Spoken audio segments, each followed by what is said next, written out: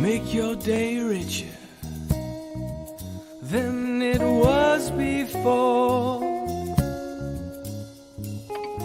Got some good times knocking upon your front door.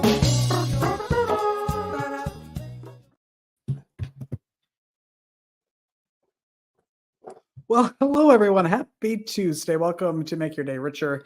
I'm your host, Richard Wilmore. Sorry we're a little late today if you were waiting online to watch us live on YouTube or Facebook. A little bit of a technical difficulty, two technical difficulties. One, our scheduled guest didn't show up.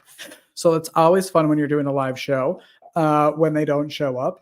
And so then we were getting video ready. I'm going to take these out because I don't want to hear myself. We were getting the video of the replacement because we pre-record some interviews if they can't make this time. And so I was getting that ready and that wasn't working. So here we are. But Lindsey Pope is here today. We recorded this a little while ago, so it's going to look different than the shows you're normally used to, but because we changed some stuff around. But it's a really good interview. She's got some great children's books that she didn't get a chance to talk about because she has a lot to talk about. But so I wanted to bring those up. Sheldon's Time and Stella's Dream. And you should go get those. Of course, they're available on Amazon and on her website. And we will throw those links in the comments and in the show notes because huge news. I don't know if I have that ready in here. I probably don't have the clapping, but this show is now available on Spotify, on Apple Podcasts, on iHeart, and Amazon Music. So congratulations to us for getting that done. So if you don't want to watch and you want to listen on your drive to work or the grocery store or wherever you're going to or from, you can find us on all of those platforms and support us there. So no matter where you're watching or listening, please subscribe, like, share, rate, all of that fun stuff so we can continue to do this for you. Another way for us to be able to continue to do this for you is to buy us a coffee, which I'll also put the link in. It's not actually coffee, it's like a donation to help with the production cost of this. So you go to buymeacoffee.com/makeyourdayricher and buy me a coffee for $5 and it helps the show to continue. So I appreciate everybody who has done that so far. You get a little producer credit at the end. So your name is up there and you know that you're helping a small business. All right. You all know that I'm trying to get Rosie O'Donnell on this show. I've got everything Rosie here, everything in my life. I've loved her since 1997. And so every day until she's here, I'm going to be showing something Rosie. And there's literally stuff everywhere. So I'm just going to grab, and I think there's probably something here. So I used to be obsessed with eBay, and I would go on eBay and buy all of her stuff. I would just buy a bunch of Rosie stuff on eBay. And this was, you probably can't even see it, but this is a Rosie dollar that came framed and I've never taken it out of there. Apparently I really thought it was going to be worth a lot of money. And I paid probably a lot of money to get this, but this is my Rosie O'Donnell dollar bill. You know how like when, restaurants, I'm going to put that right. Oh, you can't see it. When restaurants open and they hang that first dollar on the wall, I should probably do that with this. This is my first dollar here from Rosie. Okay. Like I said, our guest that was scheduled didn't show up. So in this next commercial, just ignore anything that I've ever said about the guest and we'll check in with her later and hopefully reschedule her.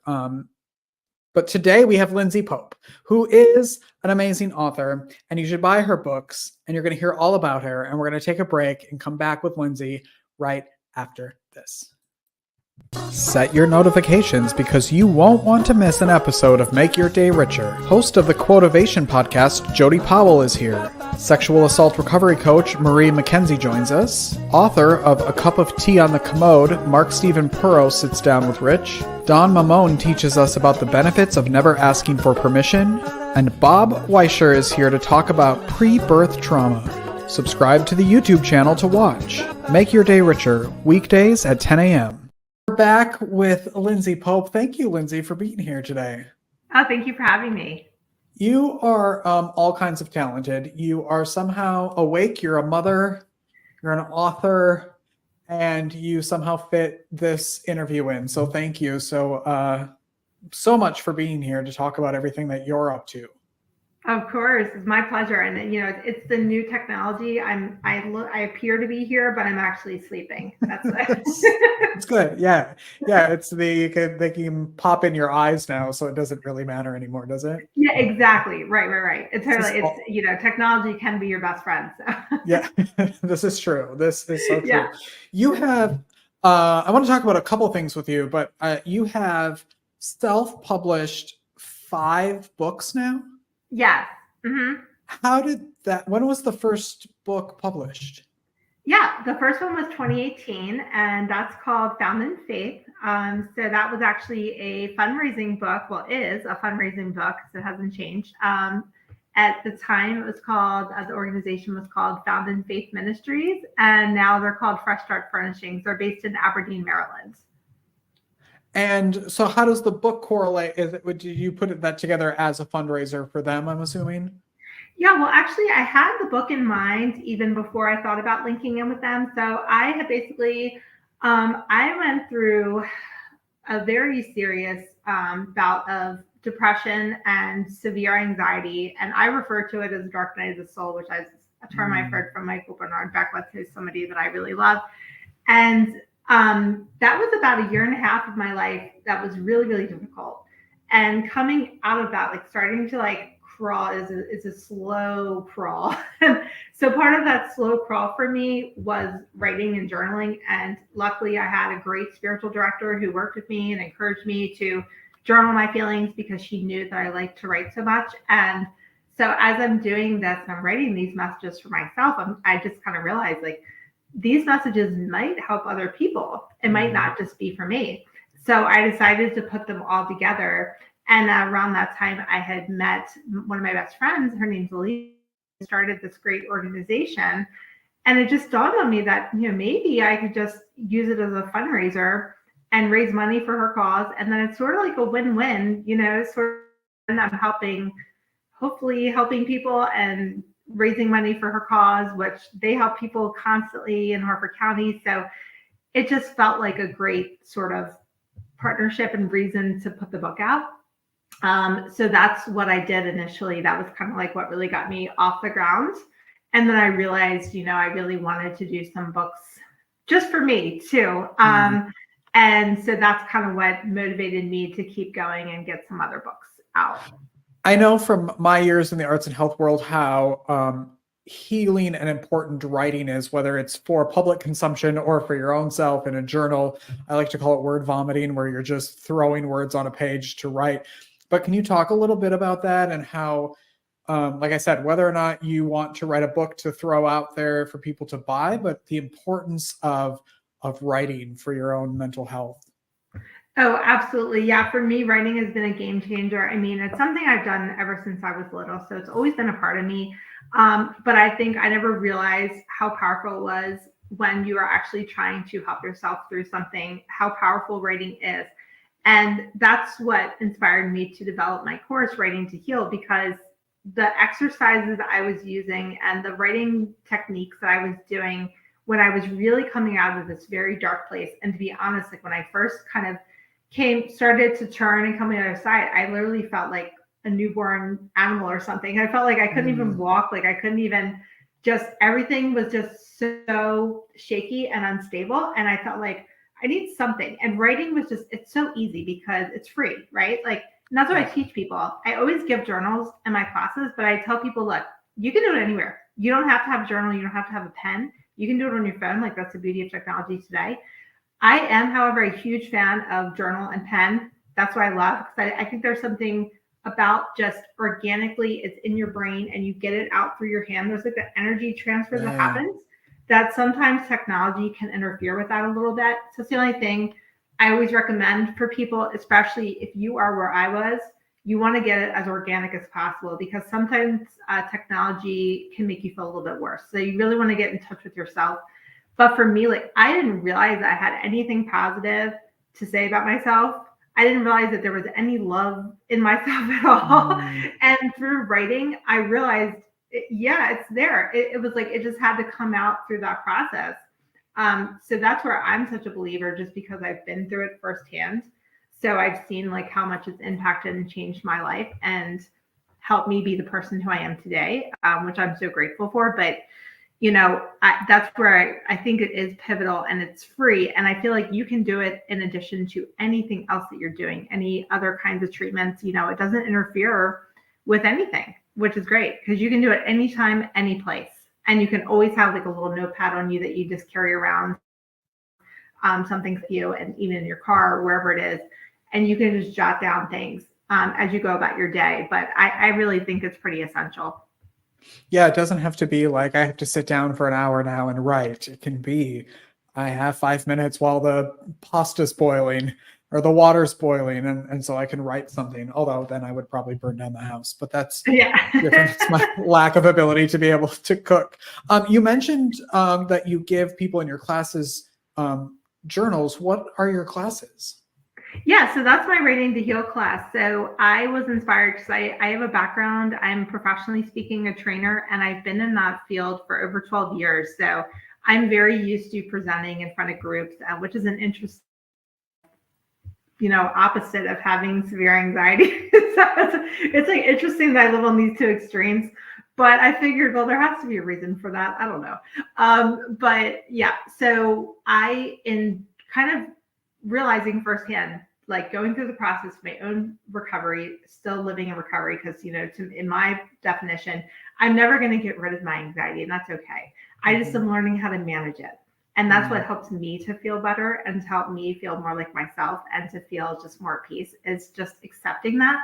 So in writing this and kind of helping myself get through to that side of the stage, I realized, I want to teach people how to do this. So I just used my training background, and I developed a course around this great technique that my spiritual director had shared with me. And it was great because I actually just taught it to her. And so I got to show her like, hey, this is what happened to what you taught me. And so she was really excited about that. So that was neat. And you just never know, like when you share great information out, you never know, can be so often this ripple effect that something else can happen and somebody else can do something with that information. So it doesn't have to stop there. And are they virtual? Are they in person? Like, how can people? Yeah, most of the time they're in person. So I just taught one in Habit of Grace in January, and I'm hoping, fingers crossed, that there's going to be one happening in Towson this fall. So I have like my dream organization lined up. So I've already applied to them. So I'm hoping that will pan out. But even if it doesn't, I'm always looking for places that are interested. And it's definitely something that I can teach at somebody's home as well. It doesn't have to be an official wellness center or anything like that. It's something that I always highly recommend for in-person, just because it has such beautiful energy to it that you get to experience firsthand. However, I will also teach it virtually. Okay. And how can people connect with you?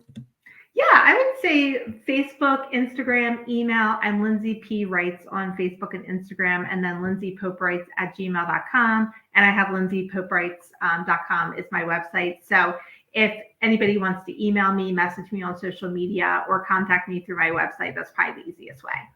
And are your books? I know your books you have so much, and I want to make sure that we get all of it, because you have so many great things to share with people. Your books are all self-published, and where can people purchase those? Yeah, so I'm on Amazon, and I'm so fortunate to live in Habit of Grace because so many local businesses are very supportive of local authors. So I'm in Joseph's Department Store. I also am in Kathy's Corner Shop in Northeast Maryland. I'm also down at the beach. I'm doing 2 events this summer. One's going to be at Browse About Books in Rehoboth. One's going to be at Bethany Beach Books in Bethany Beach, Delaware. So, those are always super fun. And my 2 beach character books do really well at the beach, which makes sense. So I just kind of go everywhere. I'm mostly, just because of convenience, of course, most of the things I do are Harford County, or also down in the Ocean City or Delaware area, because my parents live in Fenwick. So it's just an easy excuse for me to be down there as well. So yeah, that's kind of most often where I'm physically am. But I'm always very happy to connect with people and always open to an adventure. If anybody wants me to travel somewhere new, I'll be like, all right, I'm coming. So that'd be fun. Yeah. Can you talk a little bit about self-publishing and what you learned from doing that? And was it difficult? I'm sure it's changed a lot since you started in 2018, but yes. yeah, how has that journey been? Yeah, absolutely. It's definitely been challenging. There has been so many learning curves that have come with this for me. I know for me, I am much more of, I'm a writer, of course, and I do visualize what I'm writing. So like I kind of see it. But unfortunately for me, I do not have the artistic skills to illustrate. So even, for me, it was like learning, okay, how do I find an illustrator? How do I partner with people? And I did make the decision to hire a professional editor for my books because I felt like, especially before my first book, I thought, I really want to get that higher level feedback. I had some great feedback from friends and family, but I really wanted a professional to weigh in because I really felt like, what in the world do I know? Like I've never written a children's book before. So it was just really valuable. And I found such value in it that it's something I've continued and I will continue as I move forward. I always tell aspiring authors, do you have to do those things? No, but I just recommend them from my own experience because so often somebody will give you a perspective that you haven't personally thought of. And you can get so tied into your story and not see these little things that you could easily change to make it stronger. And so that's what I found through getting this feedback. It was people were giving me some great recommendations to help me strengthen my story. So really for me, it was like learning the process, learning what's part of it. And you realize through the process that you are involved as a indie author. You're involved in every single decision, and you manage the entire book, and everything from the front cover to what your characters look like, what's on every single page of the book. These are all decisions. So it can feel like a lot. It's like, whoa. And it also feels like there's a lot of pressure to it because you feel like, at least I felt like, I don't want to make mistakes. I don't want to do something the wrong way. So, you can easily get trapped into the perfectionist wheel, but I try to really alleviate myself and say, you know what? You don't have to strive for perfectionism. All you have to do is strive to be happy with your book. And if you're happy and if it's the story that you want to tell, then you're doing the right thing. And that's kind of what let me sort of let go and actually hit publish, because otherwise you could just be stuck in that loop forever and never actually put your book out.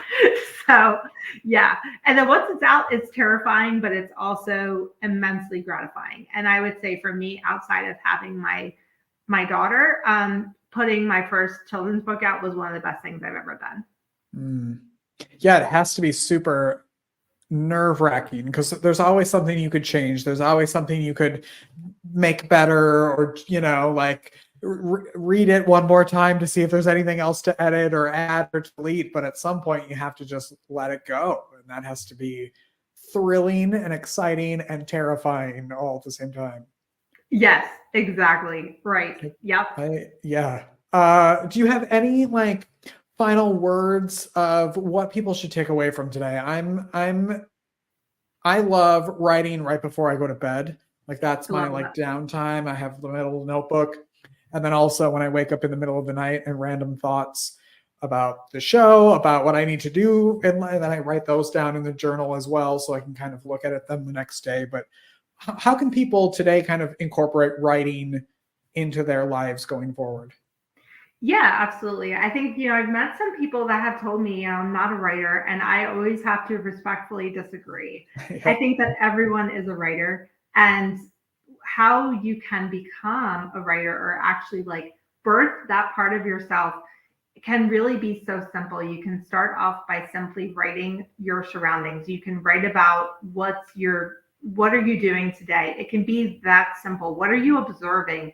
For instance, I went down to the park in Havre de Grace and I was on the promenade. I write there all the time. It's one of my favorite spots. I love to write by the water. And the benches there, they're all made in honor or in memory of someone. Well, there's a story. Every single bench has a story. And the great thing about it is that you don't personally know these people, so you're not wrong. Okay, right? And you're not going to publish a story with this person's real full name, but you can use whatever this message says as just the beginning, or you can just sit and observe, and you can watch somebody walking the other side of the promenade or wherever you physically are, and you can just write down whatever they're doing, and there's no wrong answers. Another thing to keep in mind is that there's absolutely no pressure. I mean, I have books, but I really wanted books. You don't have to write thinking, oh, well, I don't know how to do a book. It doesn't have to be a thing. I have so many journals that are filled with what you said, like just purging my emotions, purging my thoughts, that are absolutely not books, because I would never in a million years publish them. And that's okay. They're just for me, right? So there's a variety. There's those, and then there's obviously the books that I decided to publish. So you don't have to put that pressure on yourself. It doesn't always have to be a physical book at the end. It can be just for you, and it can be a beautiful gift to yourself. Yeah, just the release of positive ideas and thoughts, negative, like just getting that out is so helpful, no matter what it is. Lindsey Pope, thank you so much for being here. Thank you so much for having me. I really appreciate it. I appreciate you. Make sure you connect with her, get her to your home or your wellness center to do a workshop with Lindsey, and go buy her books. We'll be right back after this.